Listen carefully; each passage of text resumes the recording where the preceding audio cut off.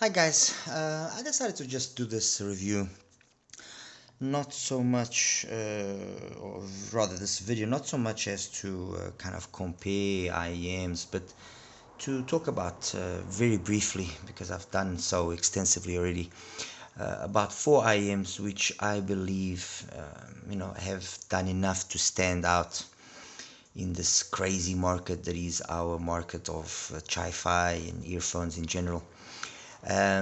Two of them did gather some reputation or did gather some momentum, while two, I believe, have kind of basically just fallen in the forgotten realm. And I think that any one of these IEMs, and trust me, I could have added a whole bunch of other IEMs here. But these four at this price point of between $25 and $35, I believe are really standout IEMs that they deserve the attention that they got and should have gotten even more attention. But anyway, to cut a long story short, I've got here the Chopin XOBD Vivace. I've got here the Kefine Clean.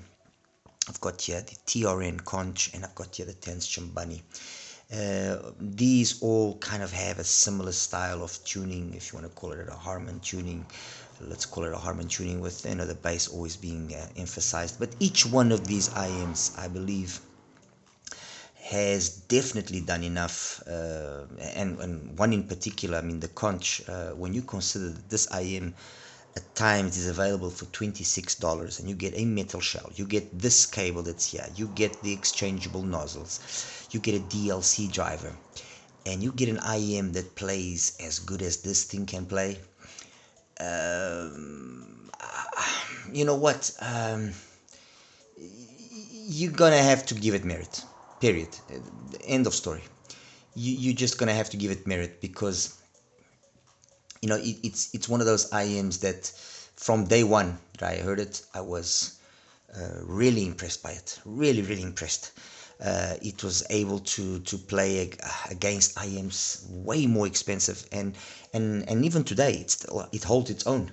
TRN's biggest problem is that they have so much inconsistency in terms of the quality of their products that sometimes that deters people from actually going down and buying TRN stuff. But I think Conch was a good turning point. And since the Conch, I mean, we've had the Shell, we've had the White Tiger, we've had the Night Elf, we've had the Jaws. I've actually got a comparison review coming between the Shell, the White Tiger, and the Jaws for you guys.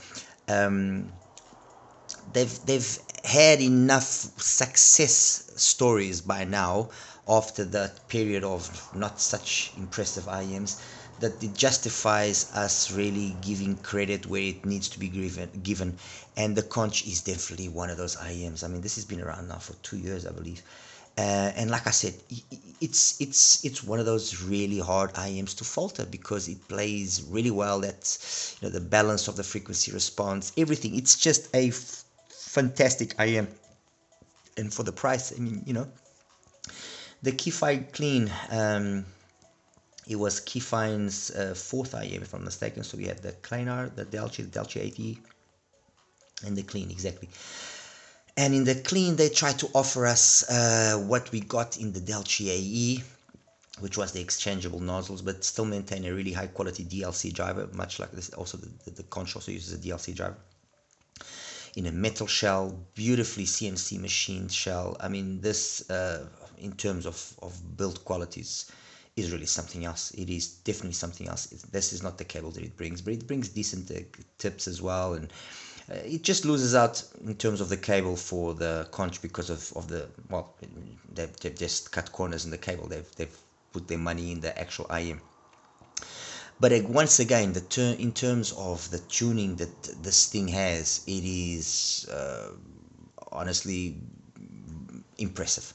Very, very similar tuning with the particular nozzle that I have there, and I mean, very equal to the Conch. They trade blows seriously. You honestly cannot you cannot praise these two IEMs enough.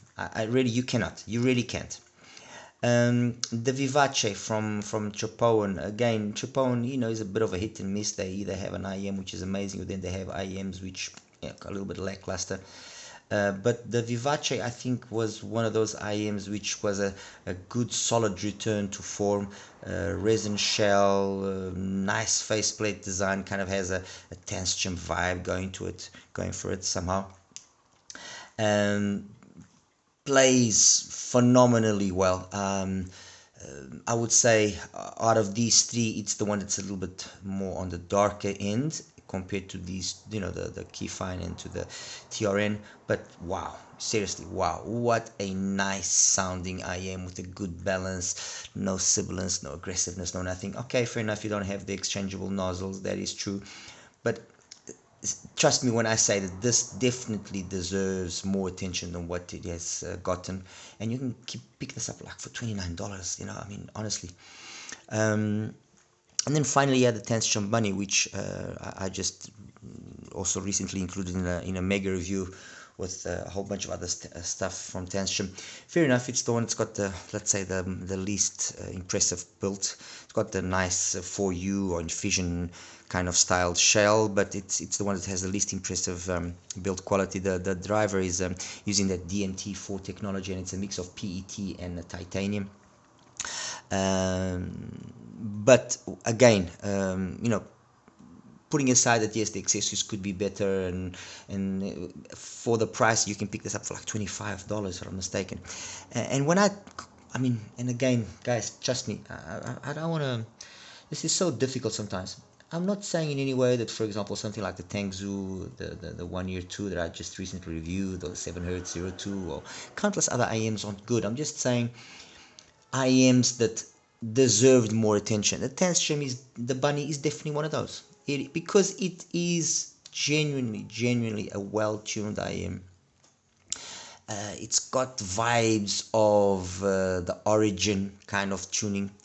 The 100 Hz point, yes, does correspond to close to 2K, but because there isn't a lot of energy past that point, the overall balance, and because it's a metal shell, the overall balance that a plastic shell, the overall balance that the Bunny has is just very agreeable, and that's why I even said it was like a kind of a budget Origin. If you liked the Tansio Origin's sound, this would be an accessible alternative to that if you cannot go that far. And that's basically it, guys. Like I said, I really didn't want to drag myself on here forever.